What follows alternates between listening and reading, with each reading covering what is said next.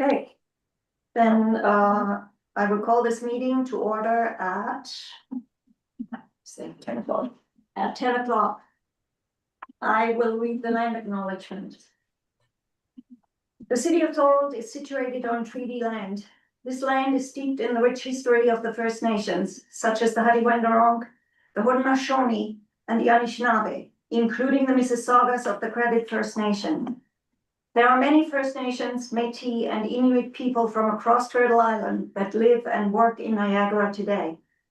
The city of Thorold stands with all Indigenous people, past and present, in promoting the wise stewardship of the lands on which we live. Thank you. Are there any declarations of interest? No? Then moving on to the adoption of the agenda, can I have a mover and a seconder, please? Dave has moved, Jonathan has seconded. I call the question, all those in favor? Anyone opposed? No, then that is carried. Moving on to the adoption of the minutes of the last meeting, which was March 25th. Can I get a mover and a seconder for that, please? Ray. Mary has moved, Tom has seconded.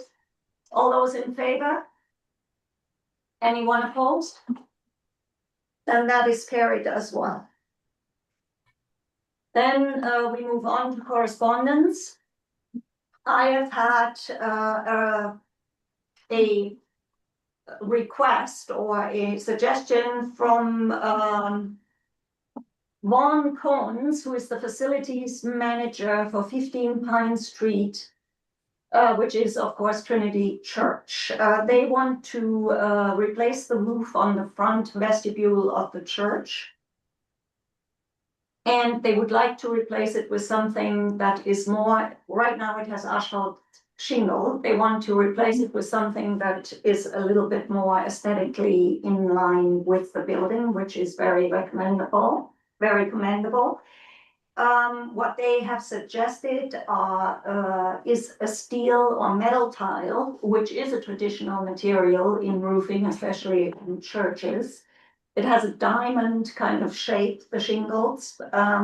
Justin forwarded the pictures of the shingles they are suggesting. So for you to look at.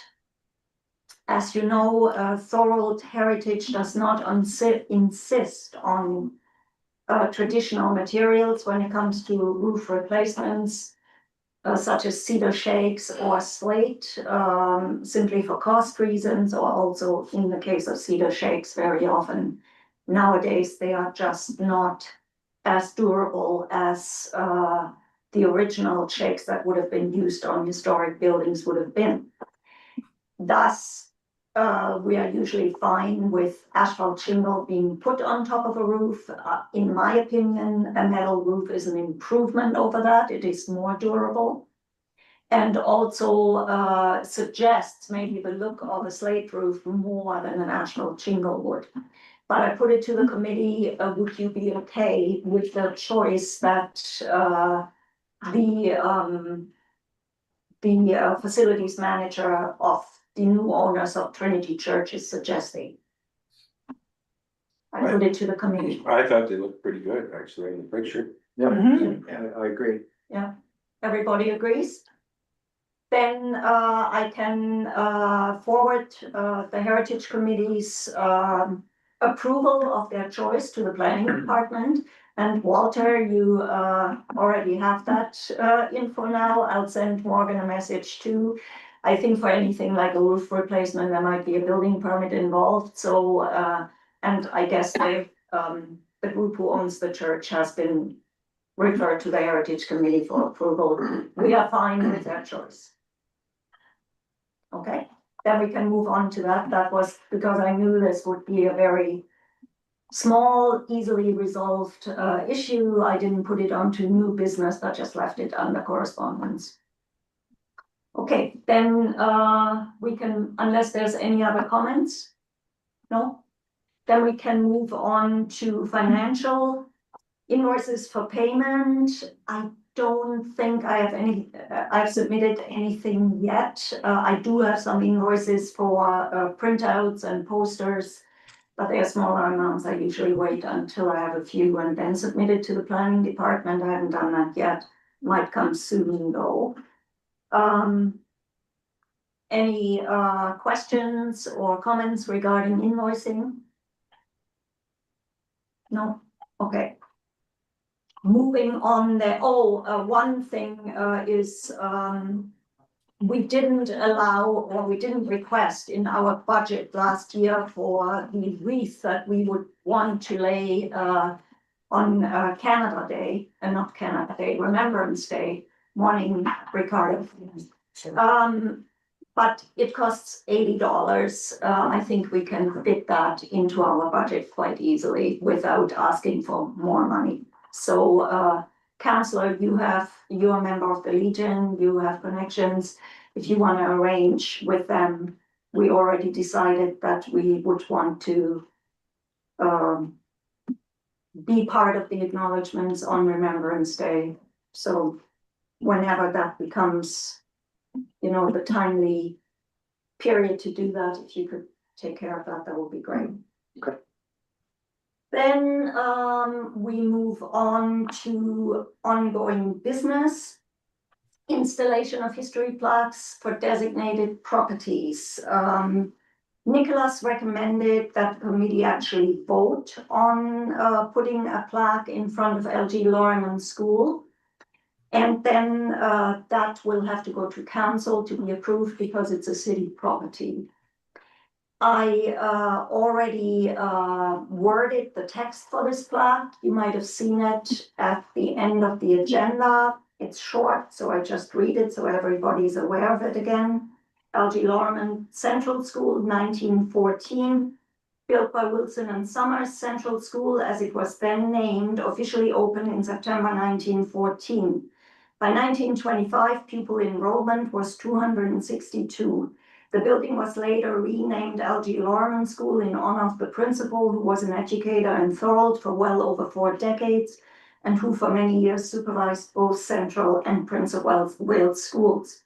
Declining enrollment at LG Lorriman School led to its closure in 1981. The adaptive reuse of this outstanding former school is an important story in the heritage field, not only saving citizens thousands of tax dollars, but preserving an important landmark in Thorold's historic landscape. After housing Thorold City Hall until 2006, it is now home to Thorold Center 50 plus, as well as the city's planning and building departments. Heritage Thorold 2025, that's my suggestion. For the plaque, are there any comments regarding that? Nick, I also put that question specifically to you. If you find there's something missing or misworded, that's what we would like to, or if everybody agrees, what we would submit to council when they decide, hopefully in favor of putting a plaque in front of the property. Any comments? No? Then, if councillor, you could give notice of motion at the next. If you want, this committee can. Oh, right. Do a Yes. motion and then I. Right. Right. So we need a motion that council approve the implementation of a heritage plaque on a sign or stand or sign for LG Lorriman School at 8 Carlton Street to be funded from the LACAC portion of the 2025 council approved planning budget. I call the question. All those in favor? Second it first. Oh, yes, I'm sorry. I'm jumping the gun here. Can I have a mover and a second for this motion, please? Jonathan has moved, Dave has seconded, so I call the question now. All those in favor? Is anyone opposed? No, then that is carried. If you could give notice of motion at the next opportunity. This will come as a memo from this committee and then okay. council can decide. Okay, great. So once that is decided, we will use one of our existing stands. And because we always keep a stand, which we order at the end of the year. And we'll order the plaque from Greg at McGee to put that stand up. Moving on to plaque replacements. The plaque replacements for both the Carter Holland House and the Q House have been ordered. Yes, I was sent the proofs of what I sent them to make sure that everything is in order. The typo is fixed. And he will install those as soon as he can fit it in. And let me know when the plaque at your house has been put up. I'll ask Win the same, and then we can put that, file that away.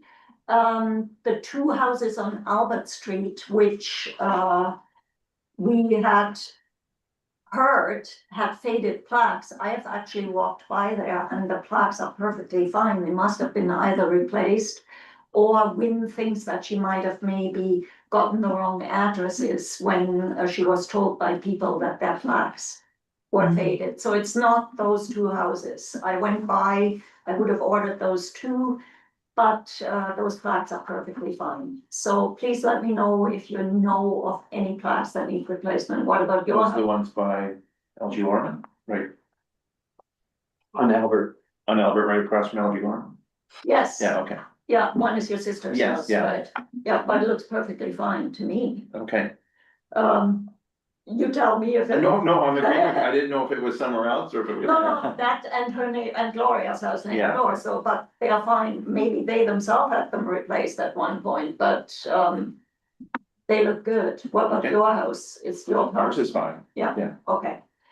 All right, but let's keep that going, I mean, if there's a plaque in front of a building and the most expensive thing is the stand that it's on, but nobody can read the plaque, that defeats the purpose, so. Yeah. Sorry, so will they replace, like in our case, will they replace the actual plaque, not the stand? Not the stand. Yeah. It's the new plaques are a film that will be applied to the metal Oh, I see. rectangle that's at the Yeah, top, so yeah. it will be applied over top. And the former plaques were, the printing was on the metal itself, and that for some reason cannot withstand direct sun. Yeah. It just fades. Right, So these new plaques are much, much more reasonable in cost, first of all, wow, Yeah. and they do not fade. So, perfect. yeah, What are they made of, the new plaque? and they are some kind of plastic. So if after a few years they deteriorate, they will be fairly cheap to replace, but Well, I was thinking the cemetery in Port Robinson, the Carl Cemetery, it was stolen. But, Yes. you know, because of material, Mhm. we need a new plaque there, but I was, oh, that was the bronze plaque. yeah, but I was hesitant about saying putting one there, cause Yeah, they've so sealed maybe it. we'll put a stand up with info instead, Yeah. which is not interesting for somebody to steal. Well, material, they won't steal, they stole because of the. you know, Because it was Yeah. bronze, yeah, Exactly, yeah. Really, eh? yeah, so. not the first time. Just take anything. Yeah, So let's look at that for either this year or early next year as a plaque installation. That will include the stand, of course. yeah. So I have to check whether that fits into this year's budget because the stand is 700 Well, the bucks. stand is still there. Oh, there's a stand. Yeah, they just took the plaque. Yeah, but it's probably not the stand that fits that kind of plaque, right? Oh, right, yeah. We'd have to measure that. Yeah. Oh, So I yeah, will- 'cause you it's know probably what, like at our one point when I stand. have the opportunity, I'll take a drive out there, I look at the stand that's there, and then we go from Oh, there. okay, okay. But we will put a It plaque might up. be cheaper to make an oversized plastic piece for that. Yeah. That's what I was thinking. Yeah. There's no point putting a bronze plaque there, Yeah. it's so far out of the way, there's no surveillance or anything, you know, we'll just get stolen again. But that's a good point too, if we use the existing stand, Yeah. and if we have to have something made to. Fit fasten that, to- Yeah, and it's bolted onto it. Yeah, even if we have to have a steel base for the plastic plaque made, Yeah. it's probably still cheaper than the stand. A lot cheaper, and just Yeah. bolt it on, Yeah, yeah, okay, yeah, I'll look into that, okay. good. Any comments regarding plaques? No, then we'll move on,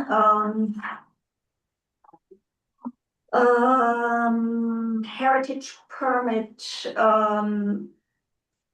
status update. Nick, anything? Nothing to report this meeting. Okay, Definitely something I'm looking to advance with Morgan though, as we head into the summer. okay, great, fantastic. If there were some kind of formal rules that people have to stick to when it's a heritage property, it would just speed things up for the planning department also, because, you know, there wouldn't be this constant going back and forth. Not that it happens that often, but it just makes sense. Mhm. So that would be great. So looking forward to any news about that. Excellent. Then moving on to overdue heritage awards, Bob and Kathy Litigo finally got theirs. Yeah, that was a fun night. Outstanding is still the award for Andrea and Victoria Wagner for restoring the Granville House on Queen Street. I have actually managed to get in touch with Andre. They do not live in Thorold yet. I think the plan is that they will eventually retire here, but at this point they own the property, but they rent it out at this point. I just went over to the house, spoke to their tenant, my email, and asked them to forward it to Andre, who then got in touch with me. And when he comes to the region, we will have a meeting.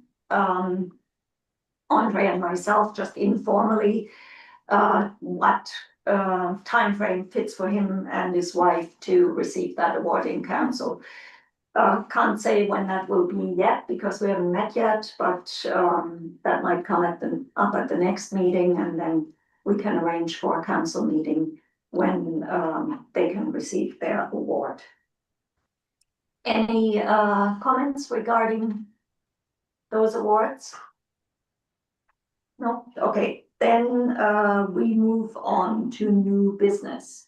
And you've probably seen that St. John's Heritage Site designation has been moved from work plan to new business because the NPCA Board of Directors had a meeting on Friday and they endorsed Thorold's intention to go ahead with the designation process of this site.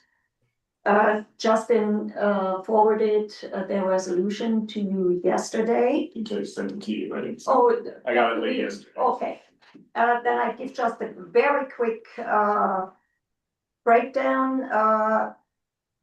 So the board has endorsed that we go ahead with the designation. They will only give final approval once they have seen the research report and the draft of the city bylaw. And that is because there's all sorts of legal issues with an organization like the NPCA that have to be observed. It's not as easy as with a private property or even a city property. In their report to the board, they basically say the purpose of their report is to provide an update on the City of Thorold's intention to designate St. John's Center Conservation Area, which is the parcel of land that the St. John's Schoolhouse is located on. The background for that particular area is the following. It's a 7.3 hectare parcel situated within Thorold along the 12-mile creek, which is the only cold water creek within the Niagara Peninsula watershed. Cold water creeks are extremely important for biodiversity and also in regulating and improving water quality, water flow. It is also within the Carolinian Forest Zone and within the Niagara Escarpment, and also nestled adjacent to the Short Hills Provincial Park. It's a very important ecological area and a significant habitat for migratory birds, bats, as well as many diverse mammals and insect types. This means this is a very important part of our natural history and worth preserving just for that. However, it also has major historical significance. This is one of the oldest sites in Upper Canada and in Thorold specifically to be settled. It was first settled in 1792. And very much quickly developed into a busy industrial and mill community. Then the village sort of declined with the construction of the Welland Canal when all the industries settled around there. The canal obviously bypassed the St. John's and the railways that were built following the canal also bypassed it. So it became pretty much a deserted village. But there are still buildings there, including the schoolhouse and an old mill, which are of historic significance and have been beautifully restored by the NPCA. The mill we're talking about sits on an 1806 stone foundation of an earlier mill, which burned down in the 19th century and was then rebuilt. However, the stone foundations, which are substantial and quite impressive, are thought to be the original ones of the 1806 mill. So what we are suggesting is to designate this area as a heritage landscape with those two buildings, the schoolhouse and the mill, as designated structures on the property.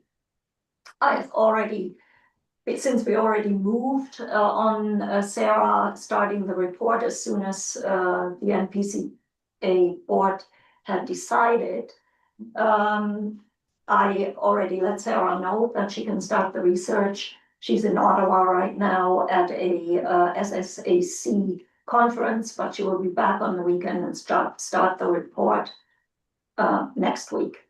So, any comments regarding this item? No, I know you offered Nick the research that was done by your company regarding this area. Mm-hmm. So does that still stand, that offer?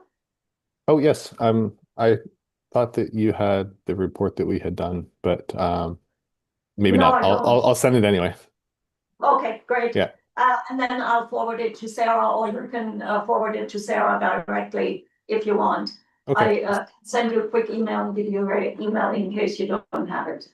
No, I think I have it from previously, so that's good. Okay, great. So I think this is quite exciting. It's a fantastic, beautiful spot. A landscape rich in our native species and basically undisturbed from what it was originally, and with a couple of buildings on it that are very early, or at least their foundations are very early, basically the oldest or some of the oldest in Thorold. Then if there's no further discussion, so how this will actually happen, the designation ceremony might not happen until spring next year. And the reason why is that once the report is written, it will have to, the wording of it, especially the recommendations, will have to be gone over by the NPCA legal team, and their board has to approve it, just to prevent any delays when there's restorations or repairs necessary in the future. This is an educational site which is open to school classes going there on a daily basis in the summer. So they cannot afford to close the site up for months at a time, because special permits have to be obtained for heritage reasons. So the heritage bylaw and the report have to be worded in a way so that these kind of decisions can be sped up and be made by the board themselves. I myself have every confidence in them making the right decisions. The restorations of both the mill and the school were overseen by heritage architect, Mark Scholz. So even without the site being designated, they have done everything right, and I have every confidence they will in the future. Ideally, they would also like to see the city bylaw before they approve. However, the way our research reports are done nowadays, at the end, there's always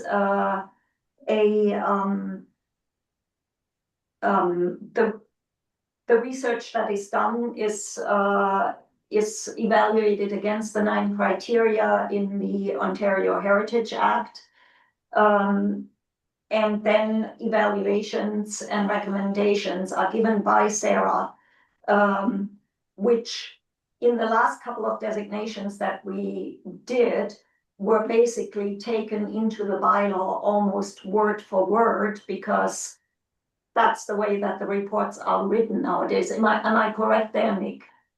That's correct. I was going to say that most of the information for the bylaw is in the recommendations of her report. If the NPCA does want to see the bylaw, I'm happy to work with clerks, and we can actually give them a draft of the bylaw shortly after Sarah's report is done, just so they can see it. Yeah, but that's what I thought, and so they can evaluate the heritage report, make most of their changes, or if there are any, at that time, and then to review the bylaw will be a much quicker thing, I would imagine, because it will basically repeat what was in the evaluations. And the reason why that is important is that from the moment that we give notice of intent in council, the designation has to be finalized within 120 days. So we have to time it so that there's no undue delays during that time. So if the NPCA can do most of their evaluations and changes if need be before notice of, when they get the report, but before notice of intent is passed in council, that of course would be of advantage. And then they can see the draft of the bylaw during that first 30-day waiting period before the bylaw is passed. And then they can see that nothing has changed, and then things should just proceed smoothly from there. Any comments? No? Okay. Then Sarah will start on the report next week. We have to give her a couple of months or something to do that, and then of course the NPCA will have to evaluate. So that's why I'm thinking the designation will go into will happen next year, because by then we're so late in the year. By the time everything is passed, that designation would happen sometime in the middle of winter, and we don't want dignitaries and guests to have to go through an outdoor ceremony in wind, snow, ice, whatever. So we'll then time notice of intent so that we can maybe have a May designation. Okay. Then if there are no further comments, we'll move on to our work plan. Since we just moved one item from our work plan into new business, there's not much to discuss unless somebody has a suggestion to make for a property to be designated.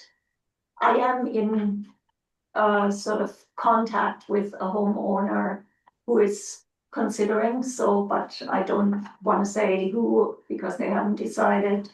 And of course, there's also, in terms of landscapes, the old cemetery, which is on our radar, but we have to wait for ownership for that to be resolved.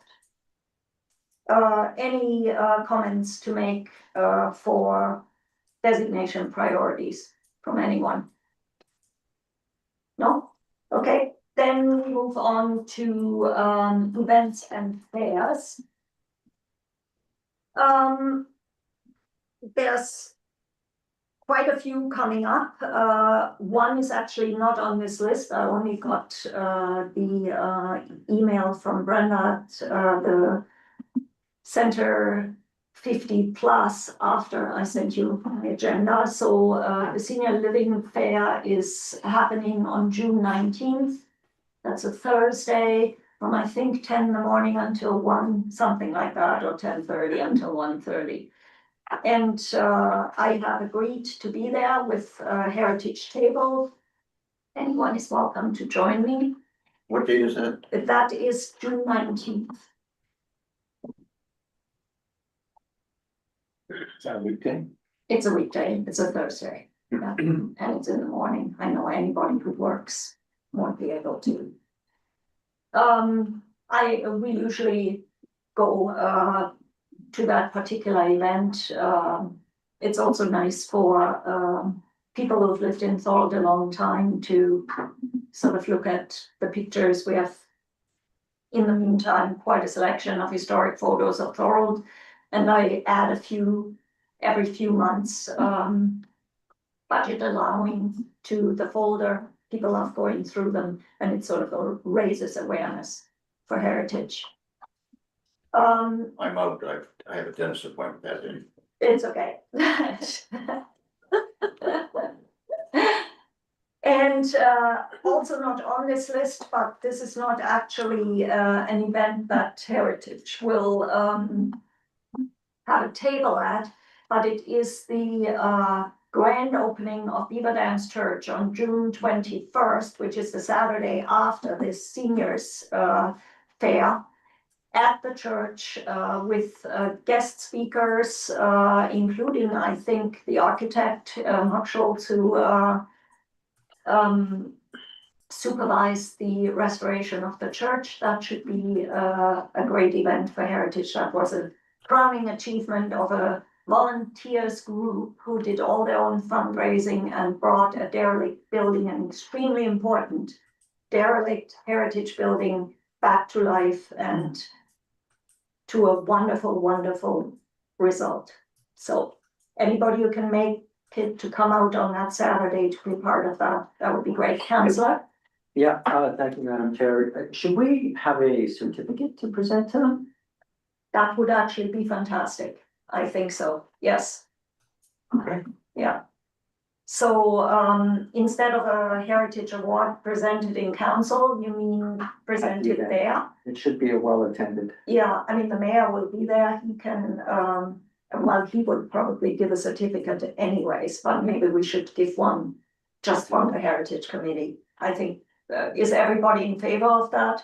It's a little bit of a, do we need a motion for that? Yeah, I think it's pretty much a no-brainer. It's quite an achievement that they did. Sorry, what day was that? That's June 21st, Okay. Saturday. I think there's some events there on Sunday as well, including a service, but sort of the official grand opening is on that Saturday. Okay. Then most of our events that we are participating in are within the summer months. The market days, we have Canada Day first on the list, and then market days. The first market day that I will be there with a table is before Canada Day, so it's the opening night, the first market of the year. So we'll have a table then, and we'll also have one on the last market day, which is a Saturday in September. What is the first market Wednesday? June 11th. June 11th. So I will be there with a heritage table on June 11th. And then again on Canada Day, on the actual Canada Day, on July 1st. I was at the Earth Day Fair too. And it was a better visited event this year than last year. It was great. We had a fantastic photo of the designated oak, which is beside the William Stable House. So it was a picture of that tree, just and attracted a lot of attention. Where's that tree? People asked. Yes. Yeah. And so posters are actually a great draw. And I mean, the information that we give out is always the same unless there's a special event. And we have a lot of that, those brochures and that info still. So to attract people to the booth, a great poster is a great draw. So you might remember in the last meeting, we talked about a banner at first to have for this year's Thorold triple anniversary. I did a poster instead because it's really not expensive to do. And it's quite a bang for the buck. So that particular poster, of course, will be used only this year. Oh, can you bring it up on the screen? We already used it at Canada Day, no, at the Earth Day Fair. And that particular poster will be part of our booth at every event this year. So it's So they can see that one.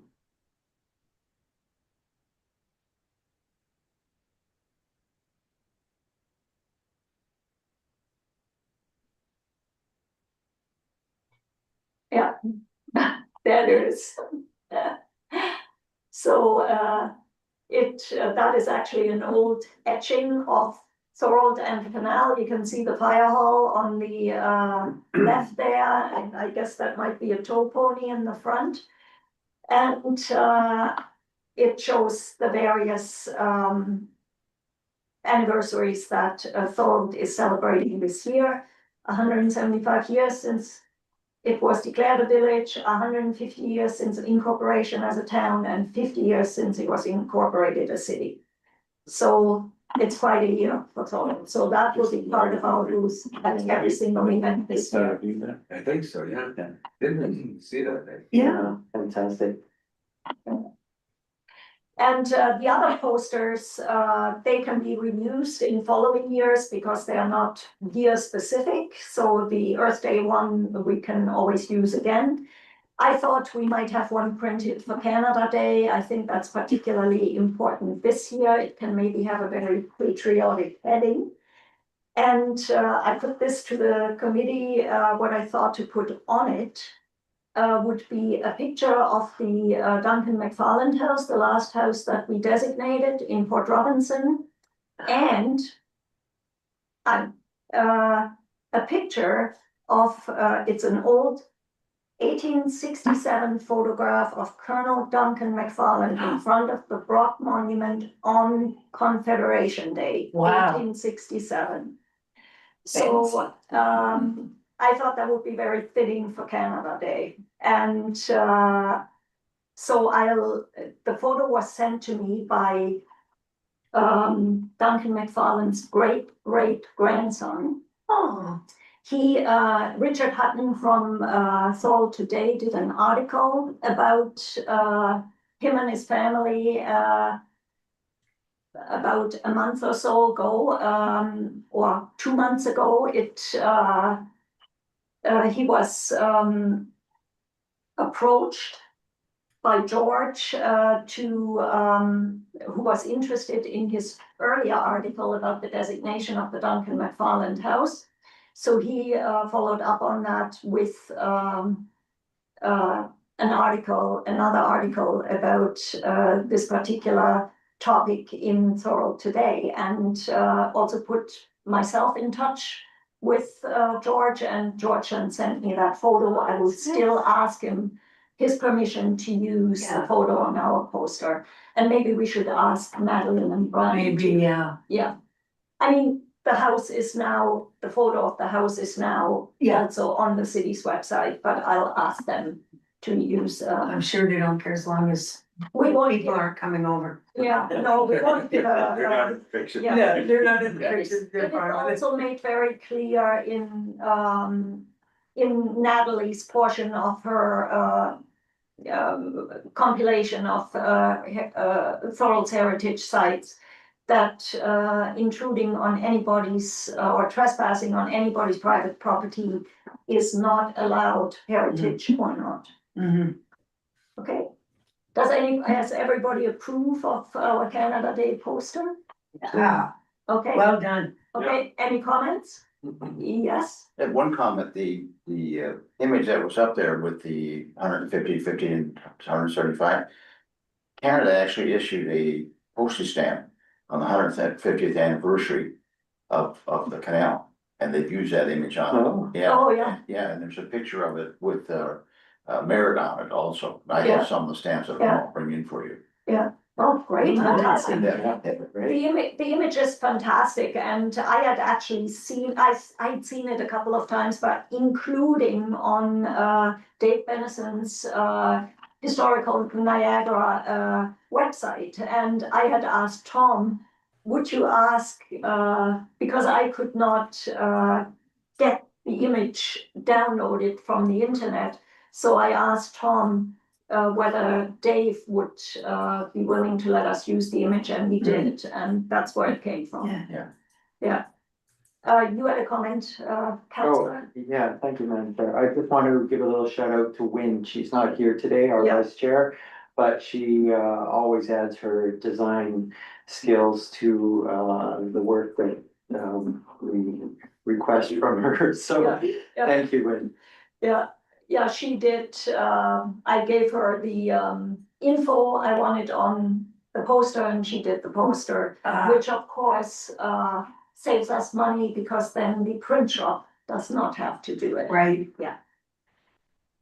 Okay, that's Canada Day, and Market Days, Canada Days, Remembrance Day acknowledgement we already talked about, so we will be there as well. And then we had already touched on maybe working towards a possible future annual Heritage Day. The Thorold High School just had its 150th anniversary as well, and when I was there on that day, I talked to one of the history teachers who unfortunately is leaving, but I just talked to him and asked whether the school might be at all interested to be involved in a Heritage Day if we could organize something like that. This could be the history department, it could be the drama department, it could be the environmental studies department. All those different sections within a school could contribute something to a Heritage Day. This particular teacher was extremely enthusiastic. Now he's leaving, but I imagine there might be other interests too, so that could be one way to get the community involved in something like that, instead of just it being the committee. It's always nice if the community can work together on something like that, then it becomes everybody's day, not just the Heritage Committee's day. Oh, yeah, Right. they could do a reenactment or something like Yeah, in theater. yeah, exactly, you know, reenactment of something that happened in 1812, Laura Yeah. Secord, whatever, right, yeah. I mean, it could be folksy stuff like Laura Secord, or something much more seriously historical, like, you know, the signing of the surrender or whatever, And yes, for several summers, we went to Sandbanks, to the provincial park. Yeah. And then all the park staff would put on a play yeah, about the local history of. yeah, So the last one we went to was about the rum runners and all the different things. yeah. And so there is Yeah, some really interesting things that can be done, and it was fun. It was, you know, Yeah. amateur, yeah, exactly, hour, but it was really yeah, and interesting. it doesn't have to be serious, you know, it's supposed to be a fun day, you know, you know, if the kids want to do something that is fun with history, I'm all for it. Yeah. I mean, we also had a Donnelly who lived in Thorold, I mean, that is, A little dark though. Yeah. it's really It is a hair dark. people like the dark. You're in charge of that place. But the half full, half empty, he lived. He lived, exactly. Right? He was the guy who made it. Anyway, if anybody has any other suggestions of what can be added to make Heritage Day a reality in the future, to add to, you know, the more there is of interest that people want to come out, the more of a chance this has to actually happen. And I think it would be a great thing, you know, especially also to bring heritage to the younger generation. Yeah, it's a good idea.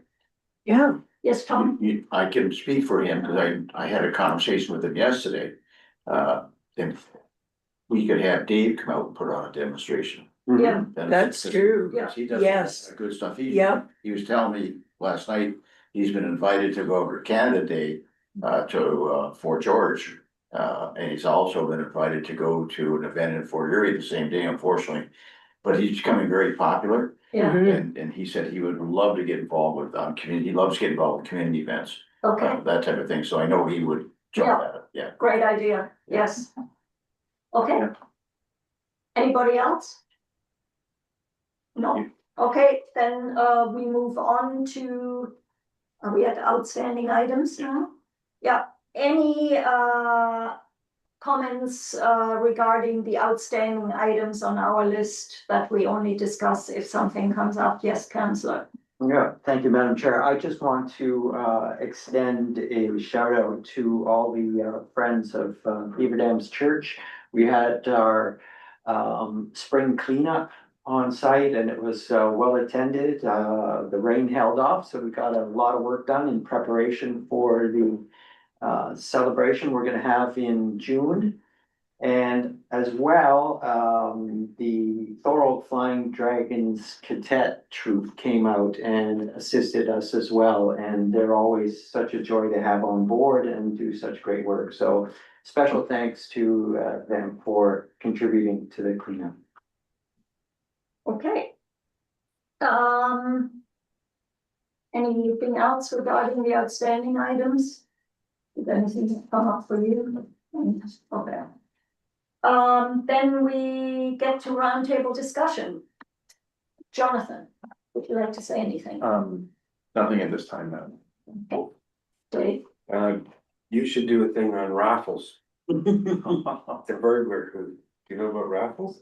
No? He was a cat, or what would you call him, a cat burglar or whatever from Yeah, he Pearl? was a cat burglar. Very famous, big time, cat burglar. It's a very interesting story he told us. Made a movie about him. Oh, He's from Port Robinson. He got himself, shall we say, in a lot of trouble in Hollywood. He made friends with a lot of the, movie stars in the 30s and 40s. And he was a charmer. He went in and robbed many of them of their jewels and things.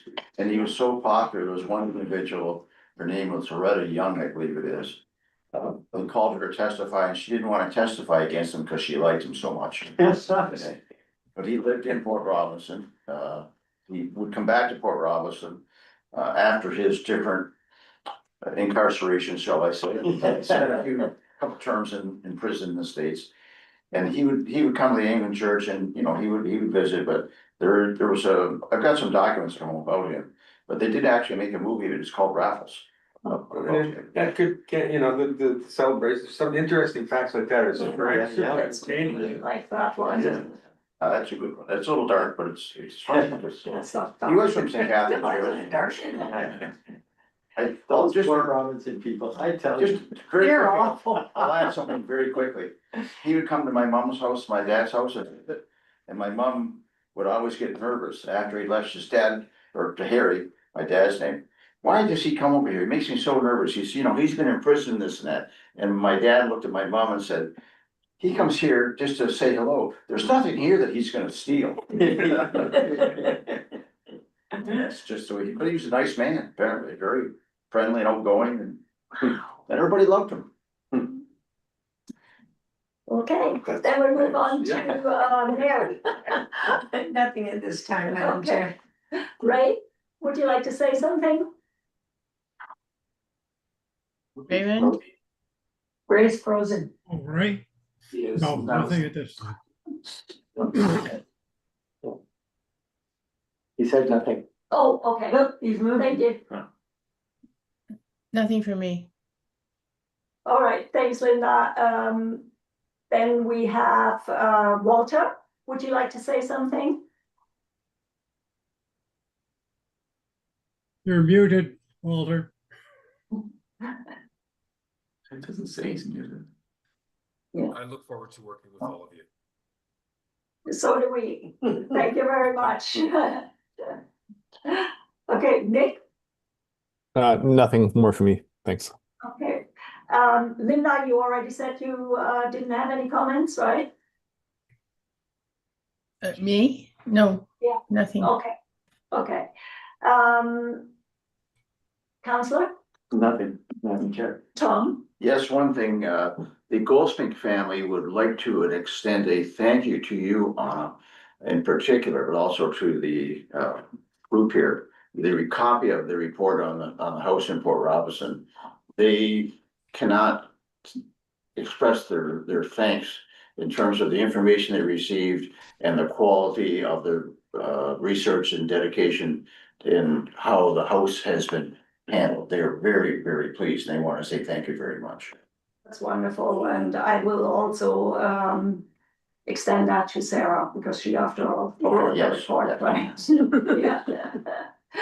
Okay, any comments from you, Ricardo? Just looking forward to the events we have coming up. And Yeah, contributing in some way. Okay, great. And anything from you, Justin? here. Okay, then our next meeting will, now we have 3 meetings in a row each month. The next one will be held on June 24th. Same time. So will we be in this room again or in chambers? We'll see. Then. And there being no further business, thank you. This meeting is now adjourned at 10:51. Thank you, everybody, and welcome, Walter. Thank